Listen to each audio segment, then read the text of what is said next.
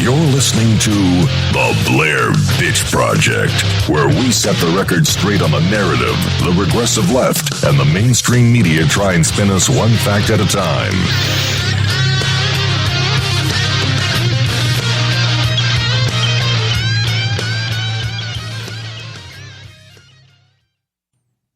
I'd like to welcome everybody to the show. Today I have as a special guest Gary Bryne, who served in the federal law enforcement for 30 years in the U.S. Air Force Security Police, the Uniform Division of the Secret Service, and most recently as a federal air marshal.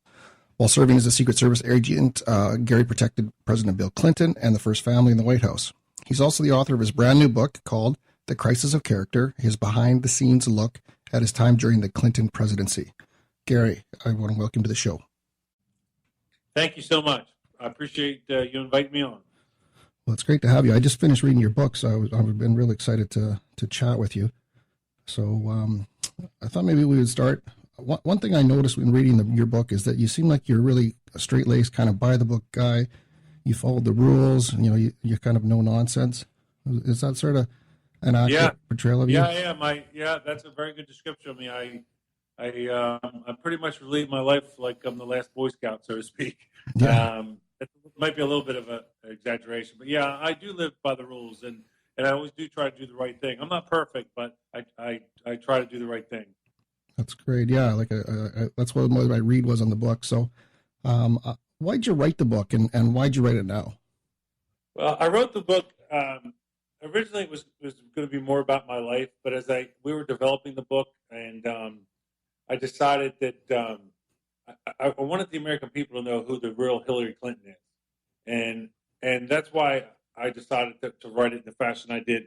And I also wanted to get a chance to have my say, because of President Bill Clinton's bad behavior and his inability to tell the truth.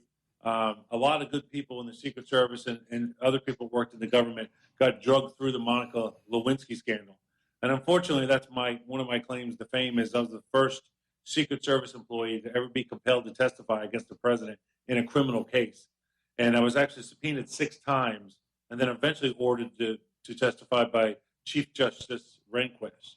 So I wanted to get not my version, but I wanted to get the truth out, how it affected me and get the truth out there, because there was no shortage of people who were disparaging me and ripping myself and my coworkers apart at the time. And the truth is, I never heard anybody say that it all came down to one person, the president, who wasn't man enough to step up and do the right thing. And that's one of the reasons I'm telling my story. And I want the American people to know who the real Hillary Clinton is. That's the most important thing.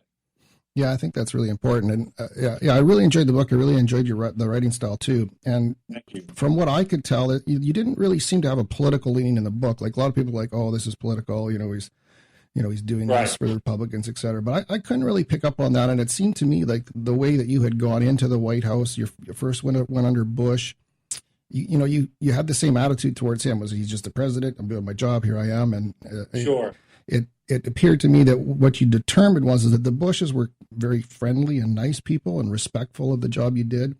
And it came out, in my opinion, that the Clintons just weren't that way. They kind of felt entitled to be there. They looked down on your service. And they just weren't very friendly. Yeah, absolutely. That's exactly how, that's exactly what the truth is. That's the way they treated us pretty much. I mean, Bill Clinton was a little more friendlier, right. But certainly the way she treated us and treated the military and people in uniform, it was despicable. Yeah, and we see signs of that. Like, there's lots of clips out there. Like, the public doesn't know about these clips, but there's clips all over the place of her kind of bursting out at people, even in the public. And that's what I envision her like behind closed doors. Would that be accurate if people were to look at those clips when she kind of gets snappy at people? Is that what you would have witnessed? Yeah, that is accurate. Yep, that is accurate. The thing where she's testifying about Benghazi and she says, "What difference does it make?" Right.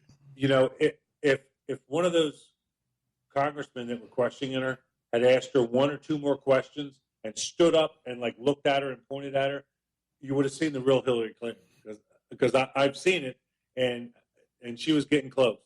She was almost there, right? Darn it. Yeah. Good. So, the other thing I found interesting that you mentioned in the book was, you mentioned when they took over in the White House that a lot of people came around with attitudes. They came into the White House and they talked down you guys and said, we're taking over, and, Yes. that kind of stuff. And did that happen under the Bushes? Did people come in like that, or was this isolated to the Clintons? No. First of all, when I got there, the Bushes were already there. But you have to keep in mind, I mean, to be fair, you have to keep in mind that, a lot of the Bush administration some of it was the former Reagan administration. And these people had already been in the government. Right. I mean, there are times, when I worked for President Bush, first President Bush, George Herbert Walker Bush, once in a while you might have a minor problem with their staff, but they were so professional, and they didn't yell or scream. If they had a difference of opinion about something you didn't want them to do, or you were trying to get them to do, they were professional about it, as opposed to this attitude like I described in the book. It was almost like a college dorm. And at first, it took a little while for the Clintons to get their act together. But one thing that remained constant was that Mrs. Clinton seemed to have a bad attitude about the Secret Service and really anybody in uniform, to be honest with you. Or anybody that seems to disagree with her, from what I can tell. Absolutely. Absolutely. So the other thing I found fascinating that you commented on was that they made some military decisions, almost, it seemed, by how it would appear or how it would look, without even understanding anything. Like, I remember the one thing about a plane being so high they wouldn't even be able to see it, but they were talking about, it shouldn't be there, it's too military-ish. Right. Well, we're talking about the incident with Somalia, right, which we nowadays we would call Black Hawk Down, referred to it as Black Hawk Down. And the way that happened was, I was standing outside the Oval Office, my post, and the president was not in yet. But across the hallway in the Roosevelt room, the Secretary of Defense at the time, Les Aspin, was having a meeting with some of President Clinton's staff. And George Stephanopoulos was in there, and Rahm Emanuel, and a couple other people. And when they left, they came out into the hallway and were standing out right in front of me in my post. And they were discussing what they were talking about in there. And George Stephanopoulos and Rahm Emanuel were reiterating what they were talking about before, which was, they kept saying, yeah, they don't need tanks, and they don't need this. And apparently the officers in charge of this expedition going to Somalia had asked for equipment. And we found out later on that it was, through the book and Black Hawk Down and through history, we found that they were denied A1C-30 gunships, armored personnel carriers, and some other heavily armed helicopters. And the thing of it was, like Stephanopoulos standing there telling the Secretary of State that he was doing the right, or Secretary of Defense that he was doing the right thing. I just found it bizarre that this guy was considering anything they said. What would they know about the military? And to make the comment that tanks, and they were actually talking about armored personnel carriers, were too militant. I mean, it just was bizarre. But it meant really nothing to me at the time, because there was no content of what was going on. And then, sometime later, when the incident happened in Somalia, it all fell into place. And it's just the Clinton political machine. He kind of wants to do something wrong, but he doesn't want anything to go bad. Right. And I just wish someday that people who run this country, who want to run this country, and who are running this country, when they want something done by the police or military, tell them what it is you want done, and then get out of the way. Tell them what it is you want done, fund it, and then get out of the way, and let the military be the military, because they are very good at what they do. Right. Define the goal and then let them figure out how to get there. Yes. Don't tell them what they need. You don't know what they need. Do they turn around and tell you what you need as president? Yeah. That's very true. And something else I found curious is, when the Clintons got in there, they were highly suspicious. There's some, you're talking about they were looking for cables and wires and spy cameras and things like that. And tell me if I'm right on this, but I have a lot of friends, and the ones that are paranoid about the police and they're paranoid about things going on are actually my friends that are the most criminal and do the most things wrong. Do you think that's indicative that they're guilty of behaving that way, which is why they were so suspicious? You know what? I never looked at it from that view, but now that you say it, I think that's an honest opinion. Yeah, I think it's possible. Sure. Based on what I saw those 8 years, I'd say it's more than possible. It could be probable, because the one thing you can't deny about the Clintons, unless you're the Clintons themselves, because they deny everything, is that from the day we heard about them to now, they just leap from one scandal and disaster to the next, and they leave this wake of ruined lives and bodies in the wake, and they never take responsibility for anything. And yes, I did see what I would call, over that 8-year period of time that I protected them, I saw signs of what I would say is paranoia. And you're right. I never put it in that framed it like that, but that's a very smart way to put it.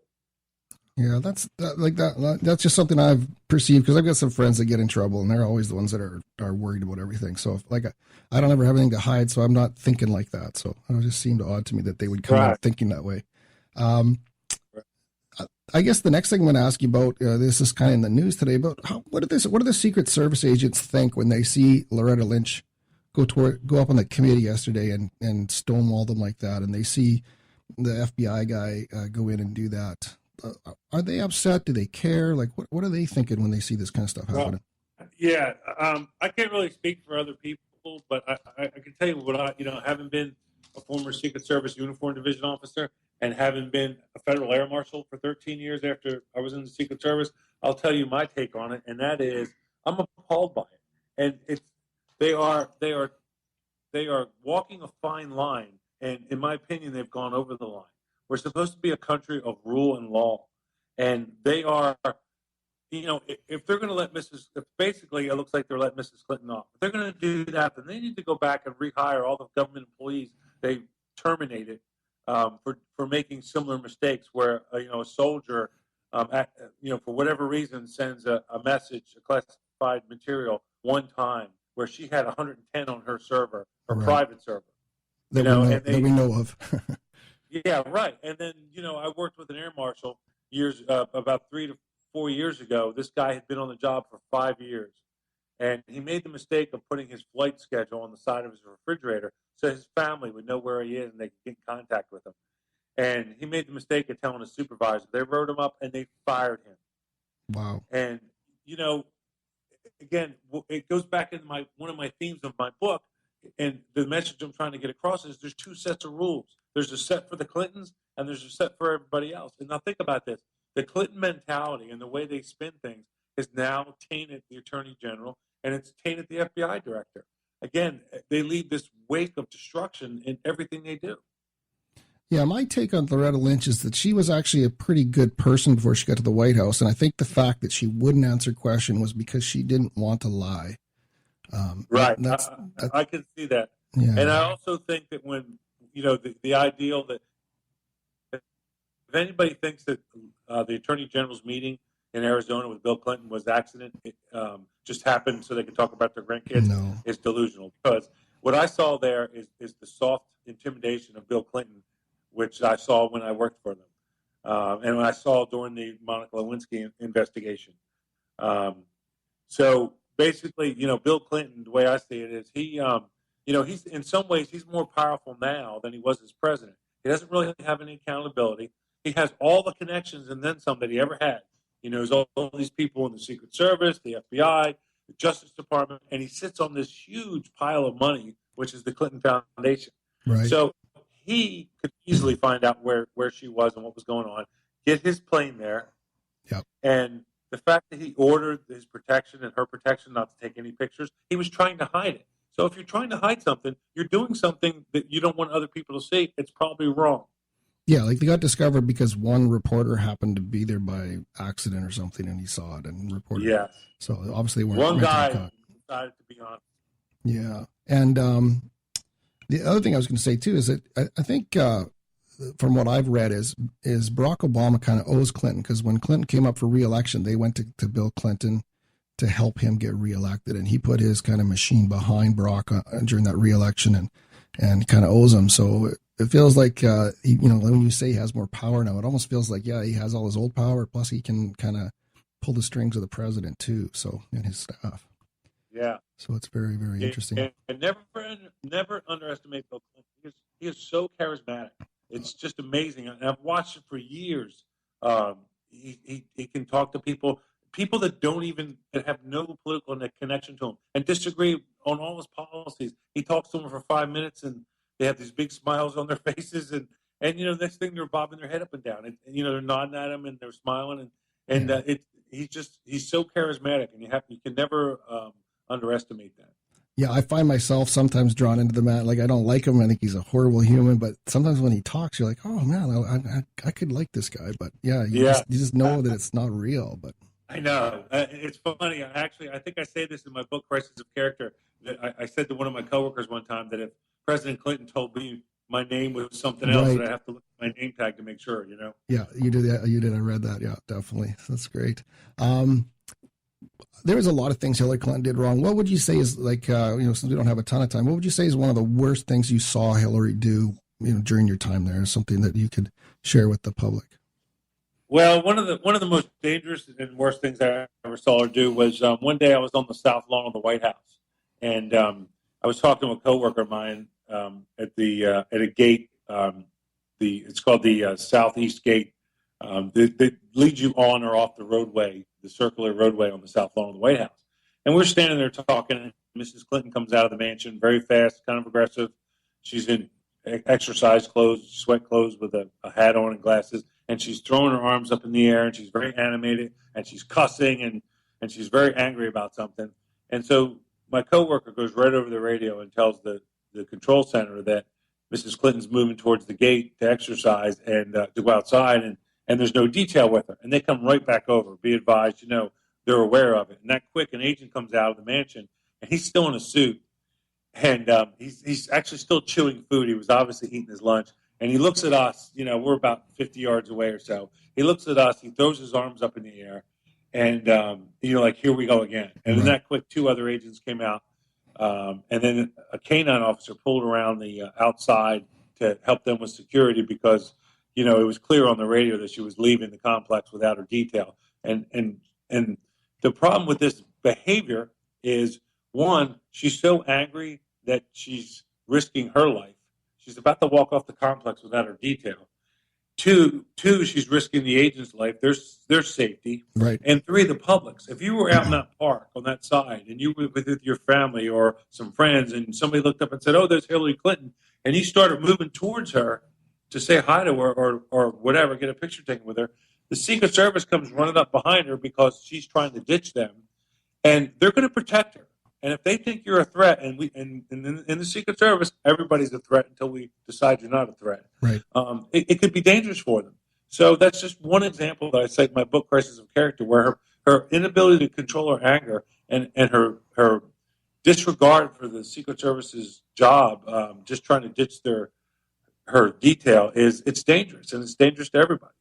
Yeah, and we know that there's dangerous people outside the White House. I mean, there's a lot of sure. Look at John Hinckley, the incident with John Hinckley. John Hinckley, and there was the guy with trench coat with sure, Francisco Duran. Yeah, Duran. He was out there. Like, she could have had agents killed by dragging them out behind her really quick. I'm not ready. Exactly. Yeah. Who's not to say that they're not standing right out there and you walk into them? Right. So, yeah, exactly. Yeah, very dangerous behavior and just disregard. So, we're getting short on time here, so I'm going to get into a couple of things. I want to ask you, I don't know if you'll answer this question, but I will. Okay, great. So there's been talk in some other books about the Clintons being racist. Did you ever see behavior from them that would make you think that they are that way, that they don't like African Americans, things like that? Because there's some pretty harsh language that's been stated they've said. Yeah, I've heard that, and I've actually read something along those lines. I have never seen that. Okay. Yeah, I was just curious about that. Sure. The next thing I want to ask about is a little bit off topic of your book here, but since it's such a big thing, what do you think of Obama's rhetoric about the police and the race baiting that seems to be going on? Do you think the Secret Service and law enforcement mad at Obama about this? Do you think? Is this bothering you? Yeah, I think he does. I think he's doing what a lot of politicians do. They're taking both sides of the argument. And me personally, Gary Byrne, I'm a little offended by it, and I see what I consider sympathy for what looks like sympathy for some parts of the criminal element. These people that are protesting and they get out of hand. Honest, peaceful protest is great. When you start throwing bottles and rocks at police and stuff, then that's not a protest. Right. So yeah, I do see, and yes, it does bother me. And it's one of the reasons I'm kind of grateful that I retired from law enforcement back in March. But yeah, I do see that it looks like he's trying to walk down the middle and play both sides. Right. Kind of a problem. All right. Yeah. Well, the last question I have for you is an interesting one, I think. And I'm not a big conspiracy guy thing, right? So I don't buy into a lot of conspiracy stuff. But there's one thing that I just seems reoccurring to me, and I've read a lot on it. The Clintons seem to be surrounded by a lot of people that committed suicide or plane crashes. Things. Yeah. I think there's like 38 people now. And just recently there was another man died by dropping weights on his throat and things like that. I'm just curious, do you have any fear to writing this book? Do you think you've been targeted by the Clintons from writing this book? Anything that you would comment on about that? I've heard and read a lot of stories about them like you have. And I've never seen anything that would lead me to believe they've ever physically harmed anybody. But I will tell you one story that I actually talk about in the book. Years ago when I first started in the early 90s, I was on a detail down in 91 or 92 in Arkansas. And I stood this post on a roadway with an Arkansas sheriff for about 5 hours. And during that time, we were talking, and I was joking around with him about this guy named Bill Clinton, who was going to run for office. And there were stories about his philandering, and there were accusations about drug use in this newspaper I was reading. And I laughed. I said, there's no way this guy is ever going to get elected. He looked at me like he was looking right through me, serious as a heart attack. And he said, Gary, let me tell you something about these people. They will run. Everything you hear about them is true, and they will run and they will win. He said, this guy can spin manure into gold. He said, everything you hear about them, believe it. It's true. I'm from Arkansas. I've been around them for years. And, he went into a little detail that I won't go into, or do I go into in the book. But so I took him at his word. So, when you fast forward now and you're asking me this question, and you're asking me about how I feel about my safety, I took some precautions when we decided to do this. I talked to my wife about it. And don't forget, I've been protecting myself. I've been protecting other people for almost 30 years. I'm pretty smart at it. I'm pretty good at it. Right. But I will tell you this, God forbid anything happens. I think it's worth the risk. I think it's worth the risk that the American people know the truth about Hillary Clinton. If you still believe in her and you want to vote for her, fine, go and vote for her. But I want you to know what the truth is, not what their spin is. Right. So I guess one more quick question then. What would you say to somebody who was going to vote for Hillary Clinton right now? If they were standing in front of them, they go, I still want to vote for her. What would there be anything you could say to them or want to say? Well, I would say, why? Tell me why. And the last time somebody said that, they said, well, I want the first woman in there. And I said, I'd love the first woman as president too. Right. And my choice would have been Carly Fiorina. Right. And then I'll tell them, I said, listen, Mrs. Clinton, everything you hear about her is true. She is not a nice person. And they usually come up with an argument, but here's my argument. What would lead you to believe by voting for her that you're not going to see the same thing that you saw for the last 20 years since her husband became president? Because when we voted for Bill Clinton, when the country voted for Bill Clinton back in the early 90s, you got Bill Clinton and Hillary Clinton as the unofficial government executive. Their team. If you vote for Hillary Clinton now, you're going to get Bill Clinton, and we're going to do the same leaping from one disaster, one scandal to the next. We've already seen it. She was Secretary of State for 4 years, and the scandals we do know about, I'm sure they're all not out, but we do know about is Benghazi and the server. Right. I mean, what government employee? How can you look somebody in the eye and say, I think she's the best candidate?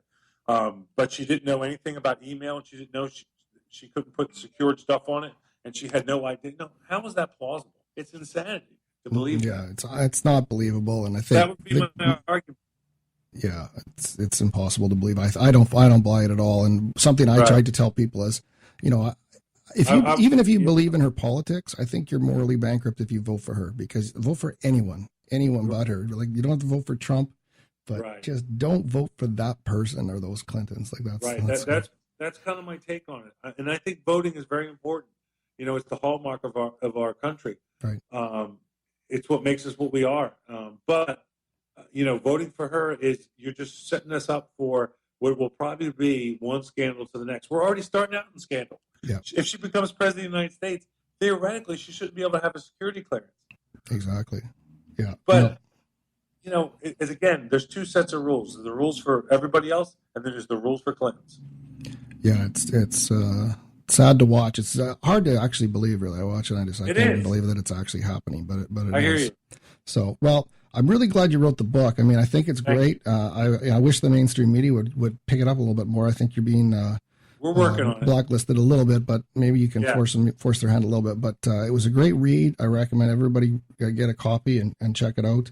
I really appreciate you coming on today, and appreciated the service you gave the country and everything else. Thanks for your time today, and have a great day. Thank you so much for your time and inviting me on. You bet. Thanks very much. Bye now.